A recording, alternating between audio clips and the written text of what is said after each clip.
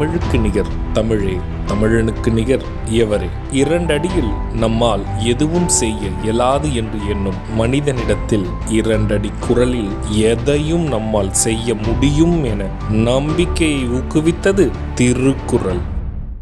வணக்கம் குழந்தைகளே. வணக்கம் பகலவன் ஐயா. இன்னைக்கான குறளை நம்ம பார்ப்போமா? ஓ, பார்க்கலாமே.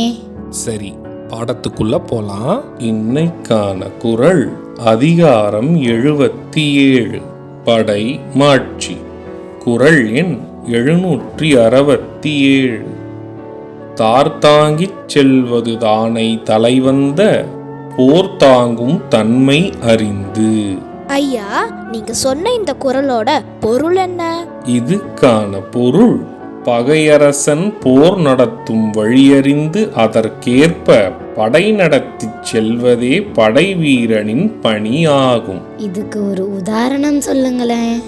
இதுக்கான உதாரணம், எதிரிகளின் போர் நடத்தும் வழிமுறைகளை நன்கு அறிந்து கொண்டு அதற்கேற்ற வழியில் தன் படையை வழிநடத்தி செல்வதே படை வீரனின் முதல் பணி ஆகும். நான் சொன்னது உங்களுக்கு புரிஞ்சுதா தீரன், இலக்கியா? நல்லா புரிஞ்சுது ஐயா. இனி இந்த குறள் எங்களுக்கு மறக்கவே மறக்காது. சரி பசங்களா, நாளைக்கும் இதே மாதிரி சுவாரஸ்யமான குறளை பார்ப்போம். நீங்க வீட்டுக்கு போன உடனே என்ன பண்ணணும்? இன்னைக்கு நாங்க படிச்ச குறளை அப்பா அம்மா கிட்ட சொல்லி காட்டுவோம்.